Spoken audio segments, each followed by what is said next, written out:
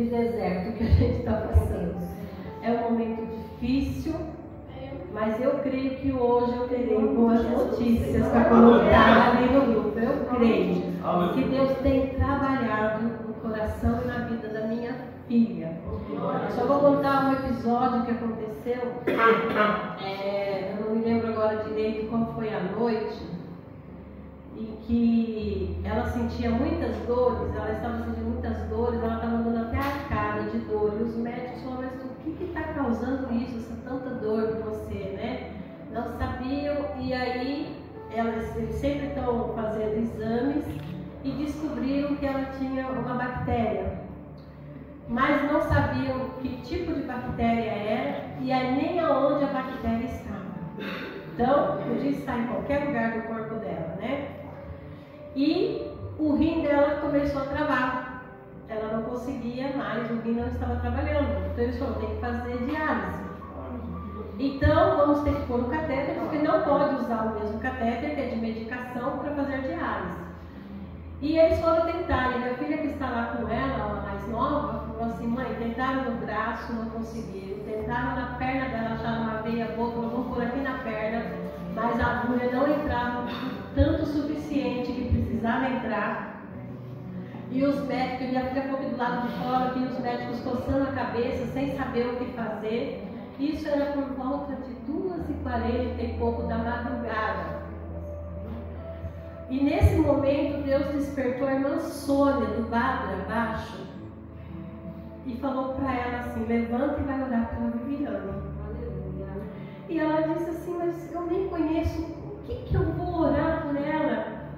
Aí o Senhor falou assim, o Senhor falou assim no coração, ore por ela, porque ela é preciosa para mim e eu tenho um propósito com a vida dela.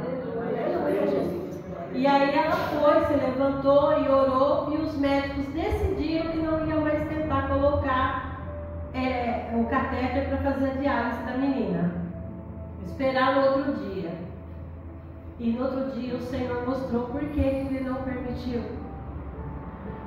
A bactéria começou no intestino dela, do intestino passou pelo fígado, danificou o fígado, passou pelo rim, danificou os rins e se instalou, irmãos, no catéter dela, no catéter, onde ela tomava medicação que ia para o sangue dela. E quando os médicos, pelos exames, detectaram a bactéria, viram onde que estava, porque Deus revelou. Eles chegaram, chamaram a minha filha e o médico disse assim para ela assim, menina, você me deixou numa encruzilhada muito grande. Eu não sei o que fazer com você. Porque se essa bactéria cai das suas correntes sanguíneas, é infecção generalizada. Aí os irmãos sabem, não teria mais jeito. Então a gente vai ter que tirar esse catéter de você, vamos ter que pôr outro. Você está com as plaquetas baixas, pode dar uma hemorragia, mas a gente tem que fazer. Ou a gente faz, ou a gente faz. E ele usou bem essas palavras. Eu estou aqui para tentar salvar você. Nesse momento. Porque o que está acontecendo com você, Viviane, é para óbito. Meu Deus. E aí, fizeram, graças a Deus, só teve um pouquinho de sangramento, não teve hemorragia. Logo em seguida, ela tomou 2 bolsas de plaquetas para estabilizar, né? Limparam tudo, fizeram outro catéter, ela pôde dialisar, tiraram 2,5 litros de líquido de dentro dela. A dor era porque o abdômen dela estava cheio de líquido. Então ela não suportava as dores, por isso que ela estava andando agachada. E Deus deu uma bênção para minha filha. Ela está lá, eu creio, segundo os médicos, provavelmente hoje vai sair a notícia da pega, da medula. Eu estou com essa fé que eu vou colocar no grupo lá. Pegou! Eu sei que vai ser um outro processo, mas pegou. É o primeiro, é um dia de cada vez. É um dia de cada vez. Ela estava falando outro dia, ela falou assim, mãe, para mim começar a melhorar depois que pegar a medula toda, é 3 meses, 100 dias. Durante esses 100 dias, ela tem que ficar totalmente restrita, ela não pode ter contato com ninguém, até ela tomar todas as vacinas, pastor, porque ela não tem imunidade nenhuma. Minha filha, quando sair de lá, ela vai ser sem imunidade nenhuma. Igual o bebê quando nasce. Todos os cuidados, novamente, a gente vai ter com ela. Mas eu sei que a Juliana vai ter 2 datas para comemorar de vida. Uma que foi a primeira e agora que o Senhor deu de novo. Então eu quero agradecer a oração da igreja, porque olha como tem sido precioso esses momentos. Palavras que eu tenho recebido de incentivo, de força, e isso é Deus que faz na nossa vida. Que Deus abençoe essa igreja, que Deus abençoe as irmãs que têm orado, que Deus abençoe toda a FEBRAC que abraçou essa situação junto comigo. Deus abençoe, gratidão minha e de toda a minha família. Que o Senhor seja louvado, amém? Vamos aplaudir o Senhor. Amém? Deus seja louvado. Glória a Deus. Está carequinha, perdeu os cabelinhos, mas está com a vida dela. Aleluia. Falei para ela, filha, cabelo Deus dá outro, vai dar mais bonito ainda. E Deus vai dar mais bonito ainda, né? Porque o cabelo, eu sei que pra gente mulher o dia que começou a cair, ela ficou bastante baqueada. E aí a irmã que está lá, a irmã falou assim, ai, olha pra frente, Viviane, levanta a cabeça aí, é só mais um motivo de testemunho pra gente dar. Vamos embora, cabelo Deus dá outro. A outra, sempre quando percebia a irmã caída, ela trazia uma palavra de incentivo, porque ela também está sendo sustentada pela oração. Porque não é fácil você ficar ali diante de uma situação difícil, olhando tudo e tá firme ali e ajudando quem está passando pelo processo, né? Mas Deus tem sido fiel. Vamos abrir as nossas Bíblias no livro de Neemias, capítulo 4. Eu amo muito o livro de Neemias. É um livro que fala sobre restauração, oração. É um livro onde Neemias nos ensina que tudo se resolve na oração. Tudo. Neemias, tudo que acontecia, ele falava, olha Senhor. Ele não brigava com as pessoas, ele não discutia, ele não ia tirar satisfação de quem estava mentindo contra ele, não, ele contava para o Senhor e deixava Deus agir. Como a gente precisa aprender com esse homem, né? Porque às vezes a gente esquece que a primeira opção é a oração. Muitas das vezes a gente escuta cristão falar assim, agora só resta orar. Quer dizer que já fez tudo e não orou. A oração é a primeira coisa. E aí Deus vai colocando estratégia, né? Neemias 4, o versículo 13 e 14 diz assim: Eu então pus o povo por famílias, nos lugares baixos e abertos, por detrás da muralha, com as suas espadas, as suas lanças e os seus arcos. Depois de fazer uma inspeção, levantei-me e disse aos nobres, aos magistrados e ao resto do povo: não tenham medo deles.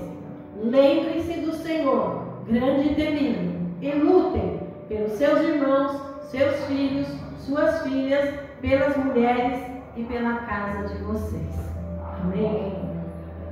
Queridos, tudo isso teve início lá no primeiro capítulo de Neemias, quando o irmão dele, Anani, veio fazer uma visita onde ele estava servindo ao rei no palácio de Suzano.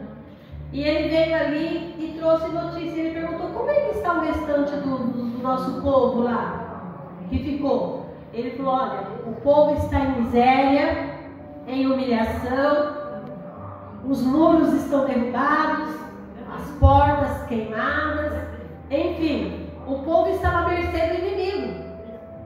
E diz que Neemias chorou diante daquilo que ele ouviu, mas ele não só chorou, ele primeiro chorou e depois ele orou.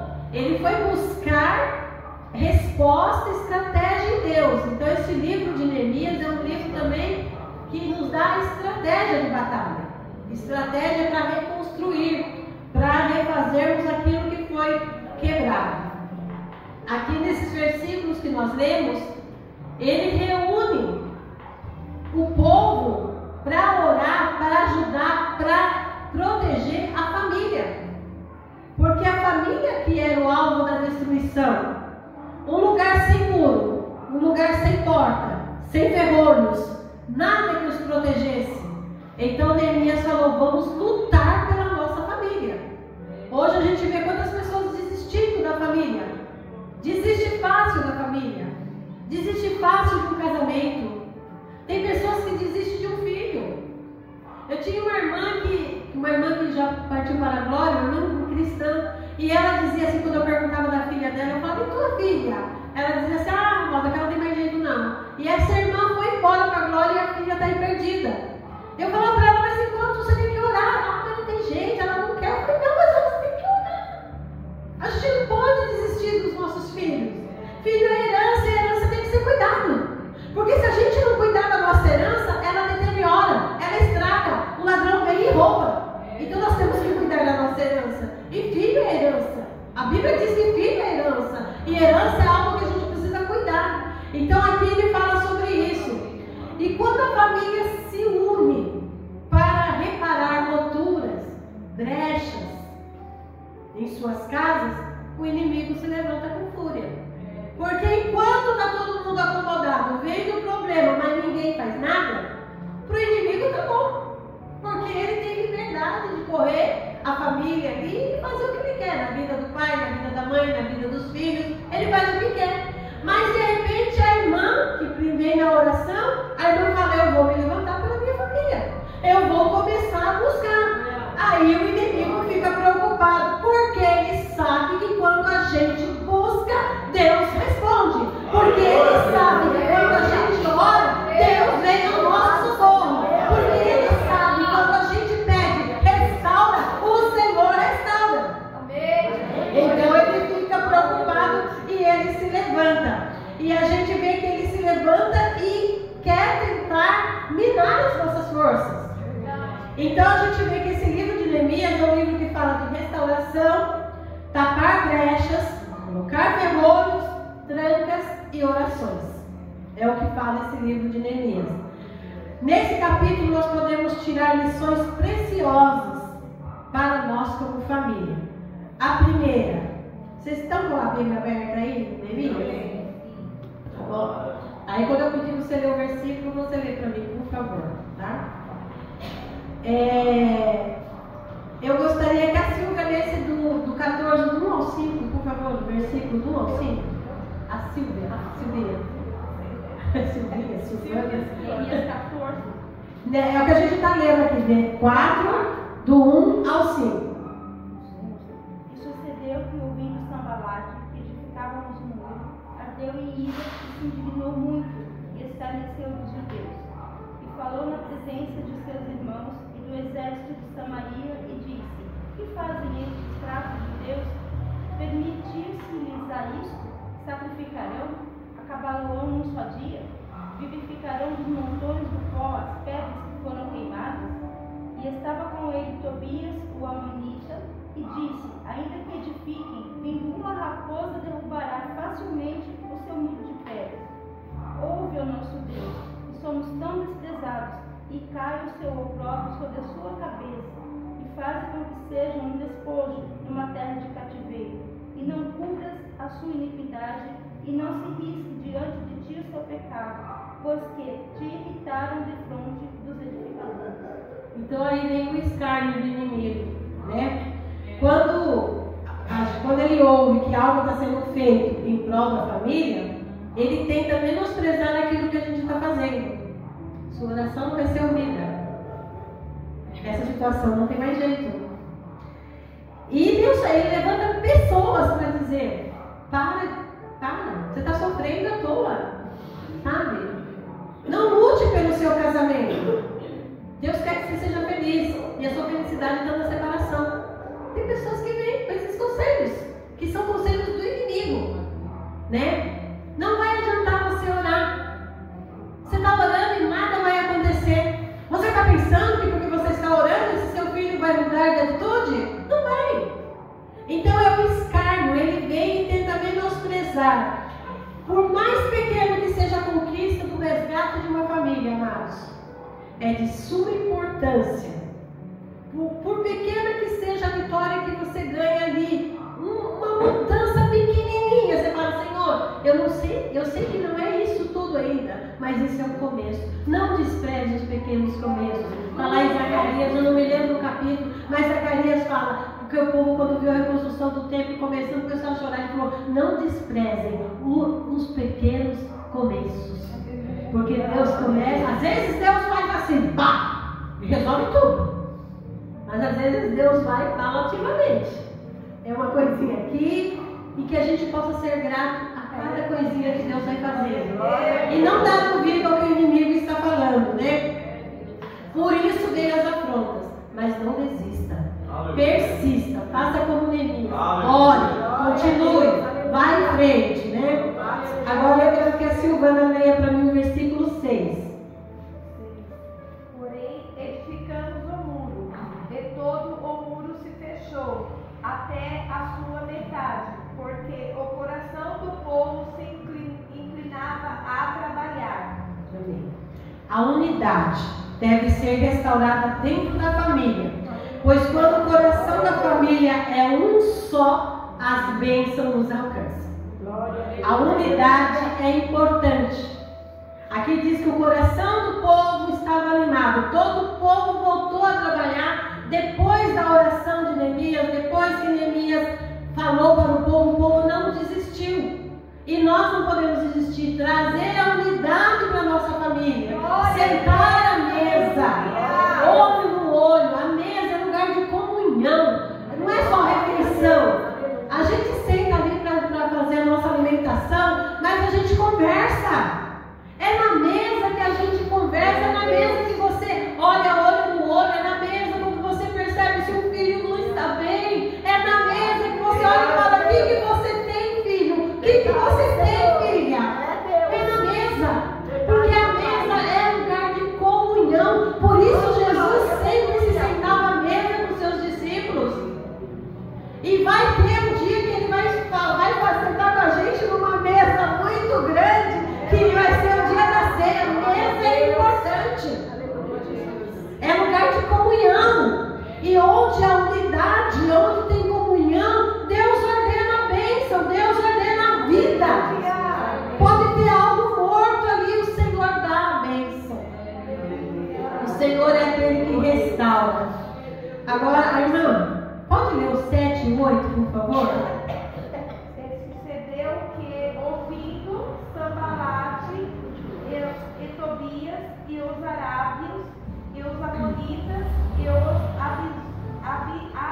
asdoditas, que tanto iam crescendo a preparação dos muros em Jerusalém, que já as rupturas se começavam a tapar, viraram-se de sobremodo e ligaram-se entre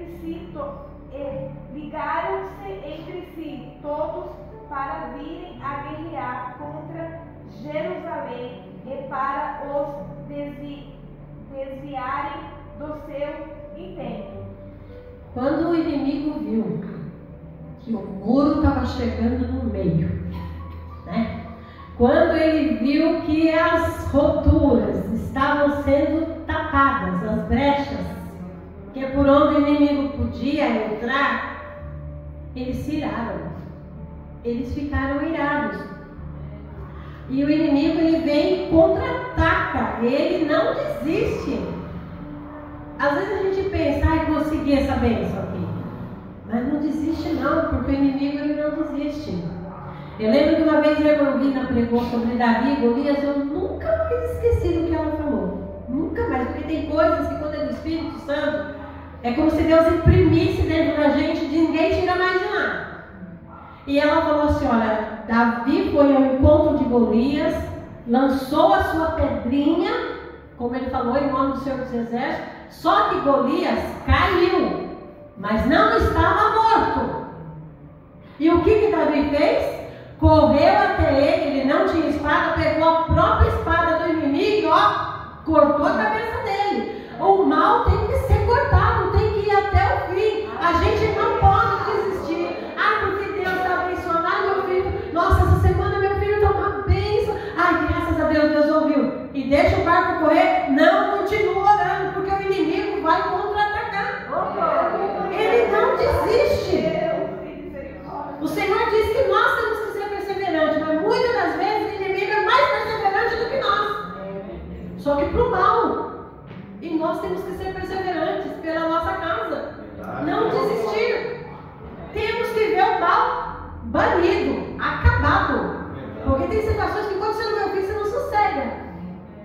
E a gente tem que ver o fim. A nossa família, amados, a nossa vida vai estar sempre em constantes problemas.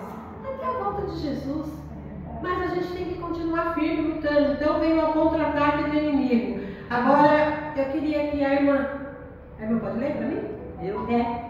O versículo 9, por favor. Porém, nós oramos o nosso Deus e pusemos uma guarda contra eles, de dia e noite. O que Neemias fez quando o inimigo falou: nós vamos contra-atacar, nós vamos destruir essas paredes que eles estão fazendo? Primeira coisa, pois guarda. Jesus falou assim: vigiai. Jesus não falou orar e vigiar. Vigiai e orar. Porque às vezes a gente ora, a gente ora mesmo. E a gente esquece de vigiar, pastor. E aí que está o nosso erro. Vigia. Primeiro vigia. Aí ora. Vigia. Mas esteja atento. Porque ele vai vir com artimanhas, ele vai vir com articulações, ele vai vir com o dedo sujo dele. Como o pastor Adélio falava, o encardido, o pastor Adélio chamava o inimigo de encardido. Aquele encardido não existe.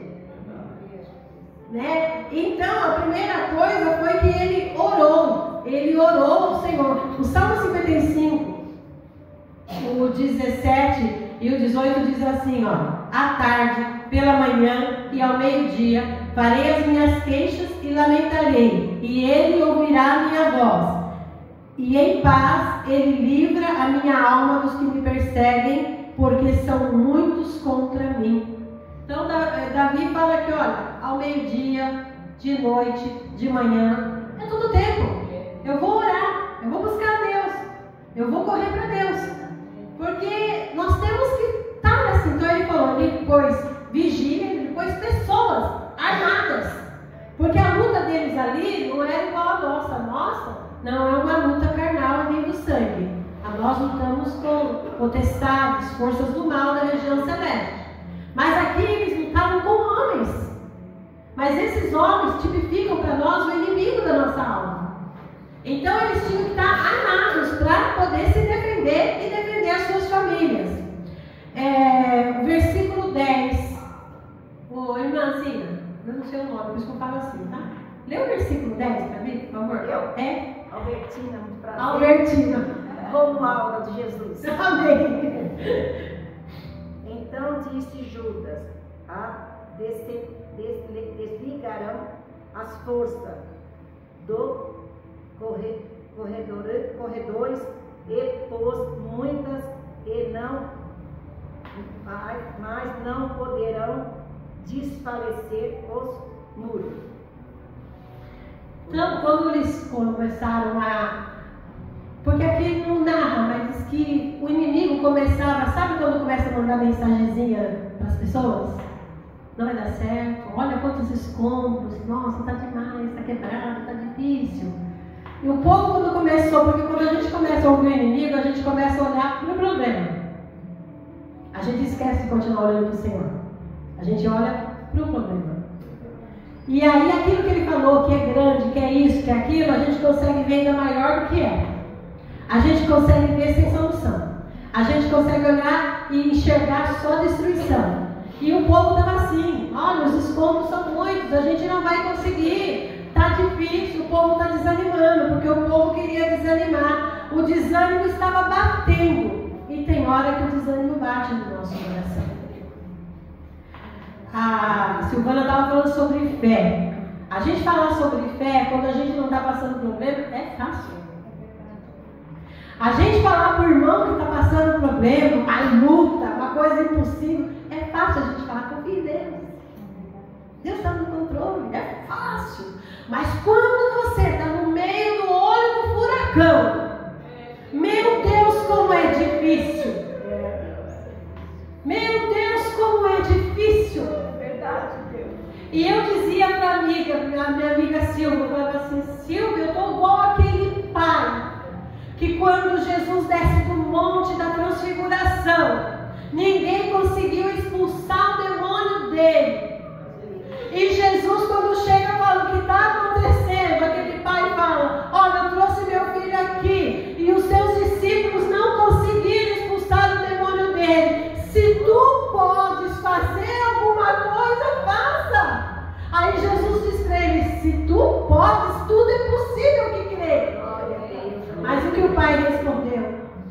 Senhor, eu creio, mas ajuda na minha incredulidade. Porque diante do problema, amados, e eu falava assim, eu estou assim, eu falo, Senhor, eu creio. Eu sei que o Senhor pode devolver a minha filha com vida. Eu sei que o Senhor pode trazer a minha filha de volta. Mas, Senhor, ajuda nesse momento que vem esse desânimo, essa dor, essa angústia.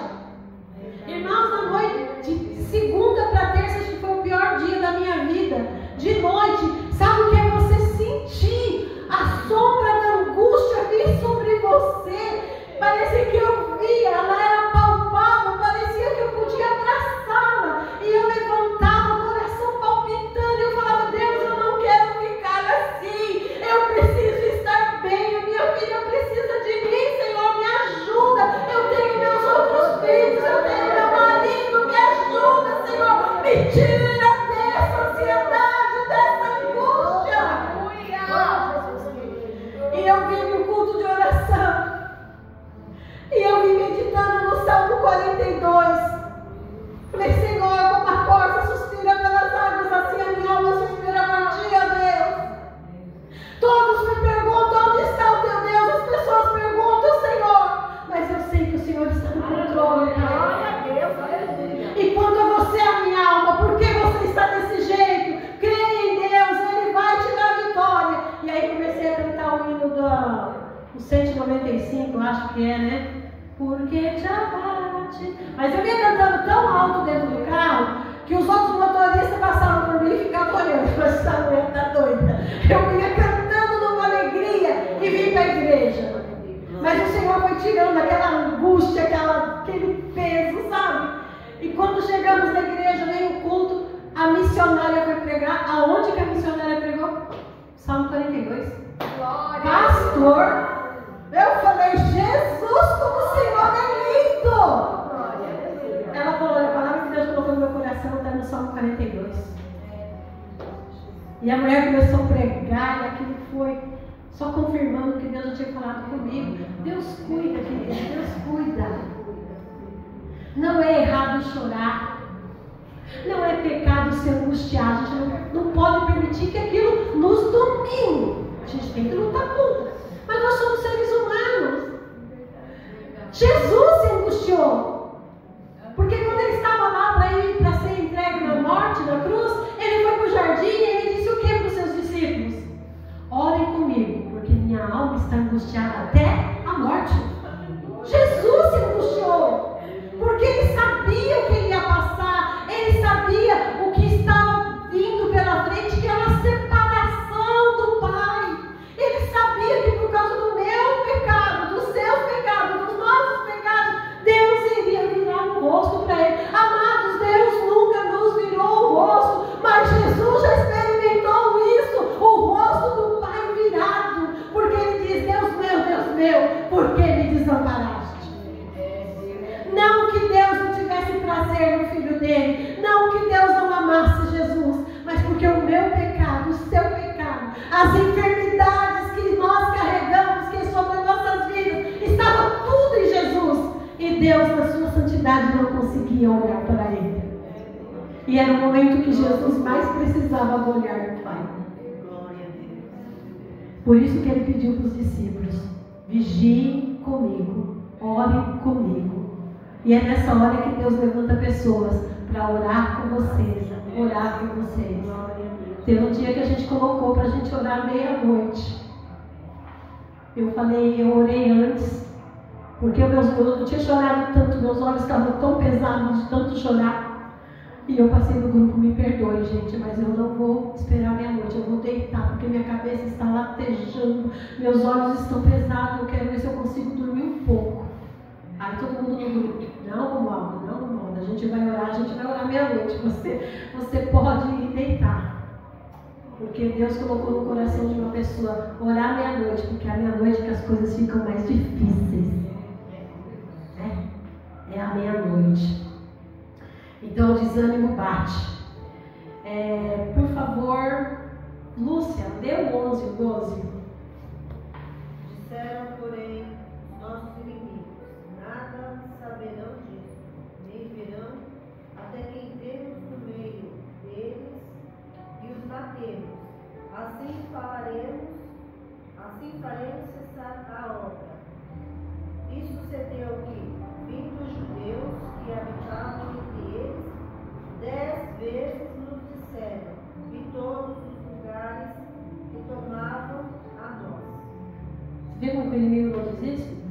vezes.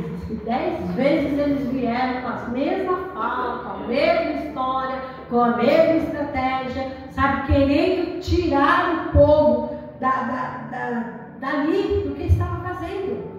A estratégia do inimigo é entrar sorrateiramente, como ele disse, vamos nos infiltrar, vamos estar no meio deles.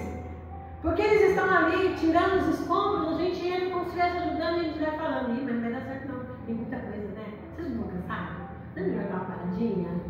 Vamos parar?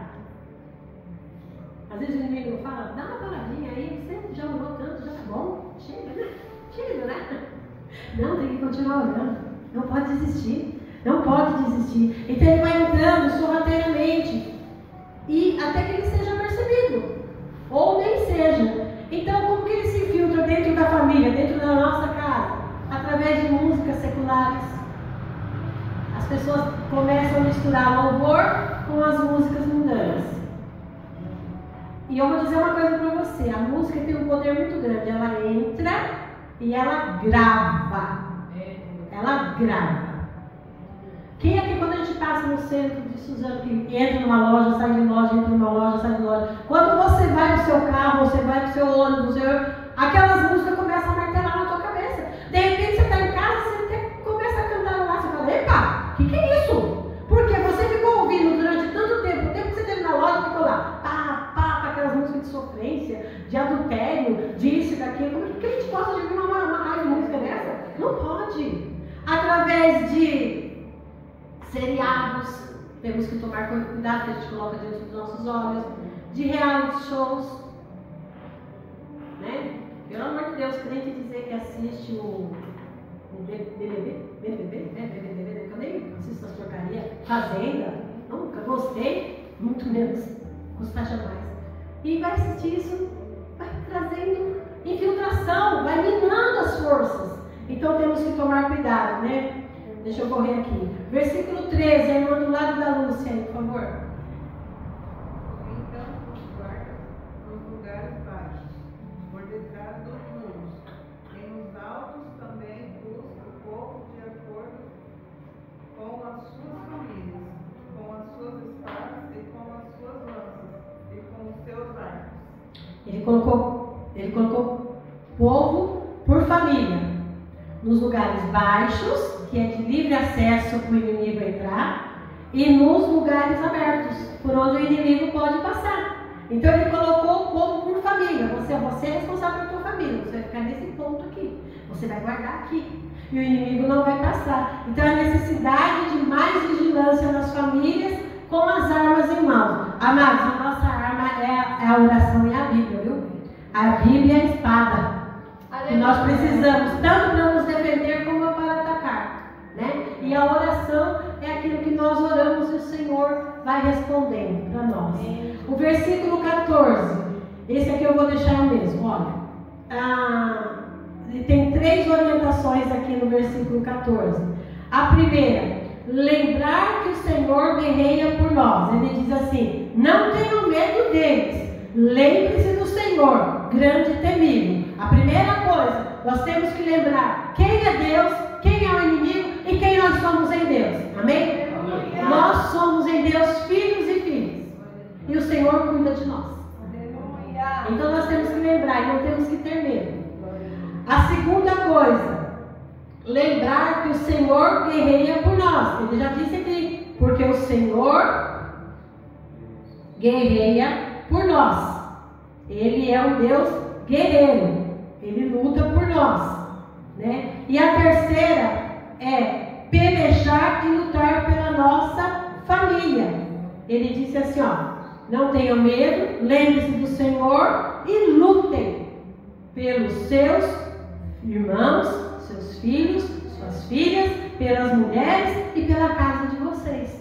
Então são 3 posicionamentos que a gente tem que tomar. Primeiro, não temer o inimigo, lembrar quem é Deus, que Ele peleja por nós e lutar pela nossa família, por aquilo que é nosso. O resultado, o conselho do inimigo é dissipado e a obra de restauração tem continuidade. Que está do 15 ao 18, que diz assim, quando os nossos inimigos ouviram que nós já sabíamos disso e que Deus tinha frustrado os planos deles, voltamos todos para a muralha, cada um a sua obra. Daquele dia em diante, metade dos meus homens trabalhava na obra e a outra metade empunhava lanças, escudos, arcos e corazas.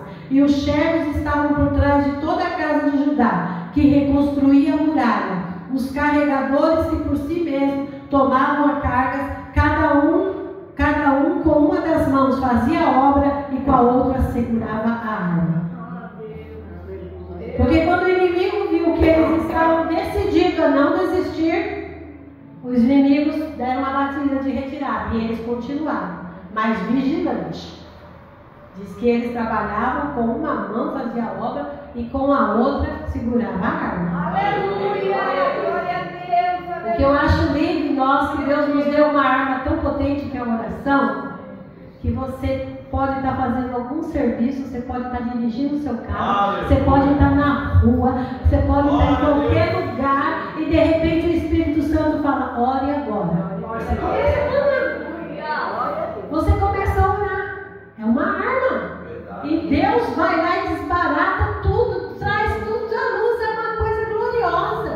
Quem aqui que já não teve a experiência de Deus mandar você orar para uma pessoa em determinado momento e depois a pessoa fala assim, olha, nesse momento eu estava passando por isso, por isso, por isso. E Deus levantou pessoas para orar. Porque Deus conhece e sabe todas as coisas. Reunir onde o perigo for maior para socorrer os que estavam sendo atacados, mas sempre alertas. Neemias falou assim, olha, a gente está trabalhando um distante do outro. Aonde vocês ouvirem o toque da trombeta, corre todo mundo para lá. Isso é ser igreja, viu, pastor? É verdade. Eu vivi isso. Tocava a trombeta, as irmãs estamos orando, já viu logo a resposta. Pá, no celular, cada resposta enchendo meu coração de força. Isso é tocar. Eu tocava a trombeta, me ajudem, tá assim. E as irmãs, pá. Não estávamos fisicamente, mas espiritualmente a gente estava juntas. E é isso que Neemias quis dizer, olha, quando ouvir a trombeta, onde a gente ouvir, vai todo mundo para lá, porque está em perigo, precisa de ajuda. Então, por isso que quando a gente recebe um pedido de oração, a gente tem que logo levantar um clamor, logo orar. A pessoa está precisando. Tocou a trombeta, vai orar. A irmã está pedindo, eu vou orar, toca a trombeta. Ela tocou a trombeta, ela está precisando de ajuda. E esses dias eu usei a trombeta tem bastante, todo dia eu tocava a trombeta. E não era só no grupo, era vários grupos, eu jogava. Eu jogava. Primeiro eu chorava, eu orava, eu vou dividir com as irmãs a carga. Não desista de sua família, ela é seu maior patrimônio. Seja como Jó, que intercedia pelos seus filhos. Jó se levantava de madrugada e disse que ele fazia holocaustos. E dizia assim, quem sabe meus filhos pecaram. E Jó assim, diz que Jó fazia isso continuamente. Aqui estão orando por filhos. Nós temos que orar pelos nossos filhos continuamente. É sem cessar. É todos os dias. Saiba que tem alguém de olho no seu filho para querer destruir. Mas você é o guardião que Deus colocou para abençoar o seu filho. Seja uma Débora que se levantou como mãe em defesa de Israel. Ela disse até que eu, Débora, me levantei como mãe pelo povo de Israel. Ela chama Baraque para a guerra e fala, eu vou só se você for. Ela fala, tudo bem, eu vou. Mas Deus vai dar honra para uma mulher. E ela foi na frente da batalha, sendo que ela não era para estar na frente da batalha. Ela era uma profeta, ela foi usada.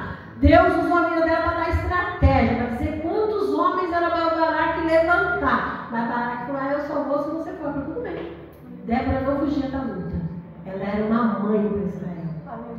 Você tem que ser uma mãe para os seus filhos e para os outros que precisam de oração. E seja como Davi, que trouxe sua família de volta quando os amalequitas os fizeram prisioneiros. Ele sai de uma batalha, quando ele volta, está tudo queimado, levaram a esposa, levaram os filhos, a família. E todo mundo chorou, disse que esses homens choraram até não ter mais força, homens de guerra. E aí Davi pega e pergunta para Deus, devo ir atrás? O Senhor vai devolver? O Senhor vai, porque eu vou te devolver todos. E diz que Davi foi e trouxe todo mundo de volta. Não faltou esposa, não faltou filho, não faltou filha, trouxe tudo. E para finalizar, seja um Noé que preservou a sua família, livrando-a do dilúvio, construindo a arca.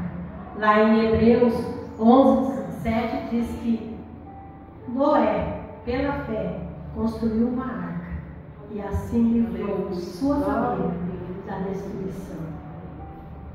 A arca é a oração, queridos, que nós fazemos. Nós oramos e colocamos os nossos filhos dentro dessa arca.